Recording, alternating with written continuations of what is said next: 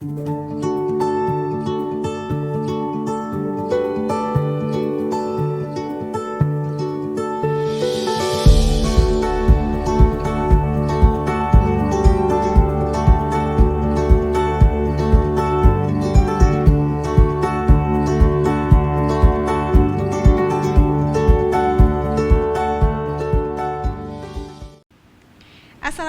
warahmatullahi wabarakatuh.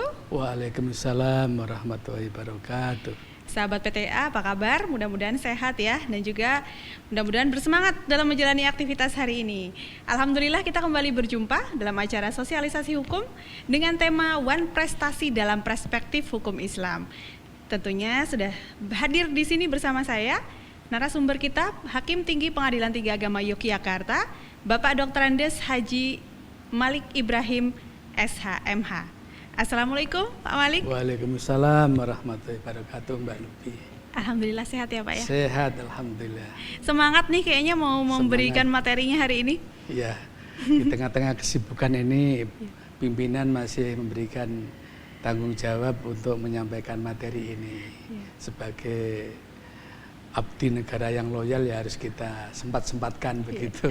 Alhamdulillah masih ada waktu gitu ya Pak ya. Terima kasih sudah berkenan hadir, dan kita hari ini seperti dengan tema yang sudah saya sebutkan tadi akan membahas tentang One Prestasi Pak.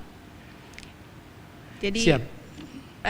Mungkin bisa langsung saja dimulai ya Pak ya. Siap. Diberikan penjelasan sedikit tentang One Prestasi itu seperti apa untuk sahabat PTA. Istilah One Prestasi ini sudah populer di kalangan kita. Dalam bahasa Jawanya itu Suloyo. Suloyo. Dalam Cidro janji Pak. Cidro janji atau ingkar janji. Ingkar janji. Dalam bahasa ekonomi syariahnya itu Dhomanul Akti, ya, di Suloyo itu. Yeah. Kalau dikaitkan dengan One Prestasi ini memang mau tidak mau kita membahas tentang perjanjian.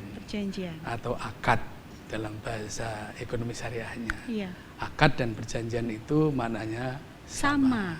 Gitu. Yeah. Demikian. Kalau perjanjian atau akad nih bagaimana di dalam hukum ekonomi syariah Pak?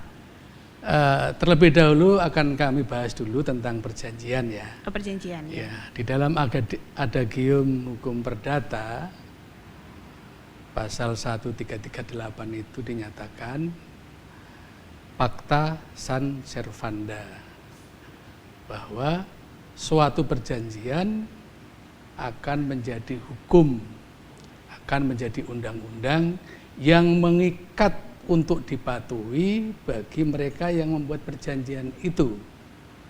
Jadi mengikat, kekuatan mengikat. Di dalam bahasa hukumnya disebutkan the legal binding of contract. Ya. Akibat dari ini, konsekuensinya membawa kepada tanggung jawab masing-masing. Ya itu dia. Ya. Baik, jadi ada tanggung jawab dalam sebuah perjanjian ya Pak ya. Perjanjian. Kalau misalnya pada akhirnya perjanjian ini tidak dilaksanakan, itu berarti kemudian menjadi One Prestasi seperti itu. Aturan-aturan dari One Prestasi ini sendiri seperti apa dalam hukum ekonomi syariah Pak? Ya, bisa dilihat di dalam pasal 21 huruf B ekonomi syariah atau kompilasi hukum ekonomi syariah dinyatakan bahwa setiap akad wajib untuk dilaksanakan bagi para pihak yang membuat akad itu sendiri. Ya. Ini mengandung azas amanah, terikat dengan tanggung jawab itu. Sebagaimana disebutkan di dalam firman Allah surat Al-Maidah ayat 1, A'udzubillahi minasyaitonirrajim, bismillahirrahmanirrahim. Ya ayyuhalladzina amanu aufu bil uqud. Wahai orang-orang yang beriman, penuhilah. Aufu itu kata bentuk perintah. Dalam bahasa Arabnya fi'il amar, membawa konsekuensi wajib untuk dilaksanakan. Penuhilah apa yang menjadi perjanjian kita, apa yang telah kita buat dalam bentuk perjanjian kita. Kemudian di kaidah usuliyah disebutkan juga di sana al-aqdu syari'atul muta'aqidaini, bahwa akad atau perjanjian itu membawa konsekuensi menjadi hukum syariat yang harus dipenuhi oleh masing-masing yang membuat akad itu. Demikian gambaran tentang investasi menurut hukum Islam atau ekonomi syariah. Jadi memang kalau kita sudah memenuhi apa yang menjadi tanggung jawab dalam perjanjian itu, kita secara tidak langsung sudah menjalankan sunnah ya Pak ya, sudah berlaku amanah begitu ya Pak? Amanah. Iya. Nah, untuk wan prestasi sendiri kan kita tidak bisa serta-merta menyebut sebuah tindakan yang dilakukan seseorang itu wan prestasi ya Pak. Pasti ada syarat-syaratnya atau rukun-rukun dari wan prestasi itu sendiri. Iya. Itu apa saja Pak? Bisa dijelaskan? Sebelum ke sana, kita akan bahas dulu kaitannya dengan wan prestasi ini dalam perspektif hukum Islam. Ya. Baik. Disebutkan di sana bahwa tadi saya sebutkan dhamanul aqdi ini merupakan istilah wan prestasi dalam hukum Islam lahir dari aspek mas'uliyatul madaniyah. Disebutkan aspek tanggung jawab. Tanggung jawab. Kemudian aspek at-ta'wid, itu kerugian. Jadi ada dua ini. Ada dua aspek ya Pak ya. Akibat akad itu akan membawa kepada tanggung jawab. Tanggung jawab. Dan efeknya kepada akibat kerugian itu. Iya, akibat kerugian.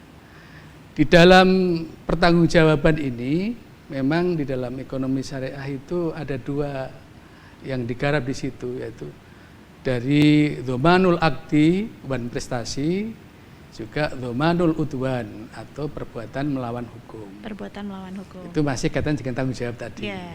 Ya. Nah, kemudian kalau tadi Mbak Lupi tanya tentang rukunnya atau syarat-syarat kategori apa saja ini yang masuk dalam kategori wan prestasi itu di dalam ekonomi syariah ada tiga. Yang pertama, adanya kesalahan. Yang kedua, adanya kerugian. Yang ketiga, kausalitas. Hubungan kausalitas antara kesalahan dan kerugian. Itu di sana demikian. Adapun dari bentuk-bentuk kesalahan itu wujudnya apa saja, ya. Nah, kategorinya itu ada 4 itu setidaknya. Yang pertama, tidak melakukan suatu pekerjaan atau tidak melakukan suatu perbuatan. Misalnya tidak membayar hutang. Ya. Nah, dia tidak melakukan dibayar, itu. Tidak dibayar. Wan prestasi. Kedua, dia melakukan suatu tindakan atau pekerjaan tetapi tidak tuntas. Ya. Hanya sebagian. Katakan membayar seharusnya itu 100 juta baru dipenuhi 50 juta. Ya 5.000 atau berapalah. Pokoknya belum. Yeah. Gitu. Atau dia sepenuhnya membayar 100 juta tetapi lewat waktu, terlambat. Sebagaimana yang diperjanjikan itu, katakan 1 Januari tapi dia sudah umpamanya Desember nah, itu sudah wan prestasi ini namanya. Yang ketiga, yang keempat sekarang itu dia melakukan perbuatan yang seharusnya dilarang oleh perjanjian itu. Nah, ini yang konsekuensi kategori dari tindakan kesalahan itu. Adapun tadi yang kedua adalah kerugian. Yang ada 3 itu kan memang selalu berkelindan ya. Iya. Ini kumulatif ini. Itu kerugian. Kalau memang tadi disebutkan melakukan kesalahan tetapi tidak membawa dampak kerugian dalam akad itu, maka bukan termasuk wan prestasi. Tidak rugi, tidak. Kerugiannya ini bersifat material atau imaterial juga, Pak? Bisa imaterial, bisa material. Tapi biasanya imaterial itu nanti diwujudkan dalam bentuk uang atau bentuk gitu apa ya? Begitu ya. Karena ini perdata itu memang semuanya harus bisa. Gitu. Ada nilainya begitu ya? Ada nilainya. Yang ketiga yaitu kausalitas, sebab dan akibat. Memang dalam perbuatan itu ada kerugian.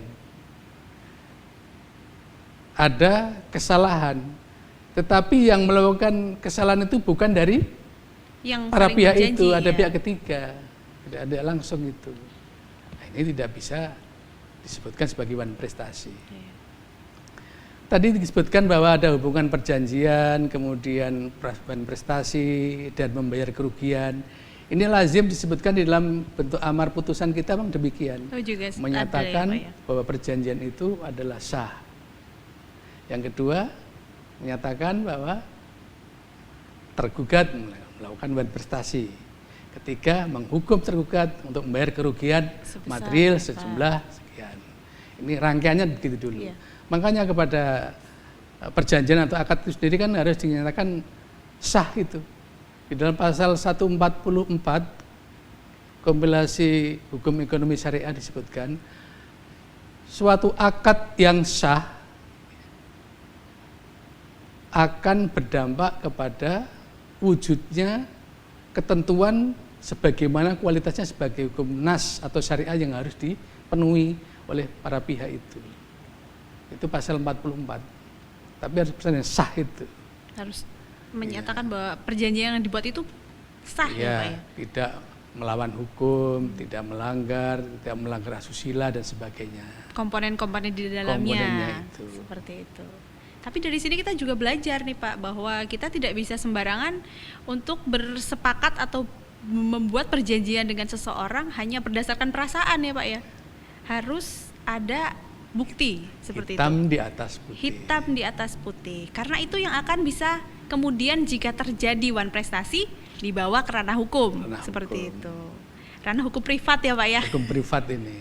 Jangan sampai hukum salah yang nih. mengatur antar sesama manusia. Iya, hukum yang mengatur antara sesama manusia. Betul.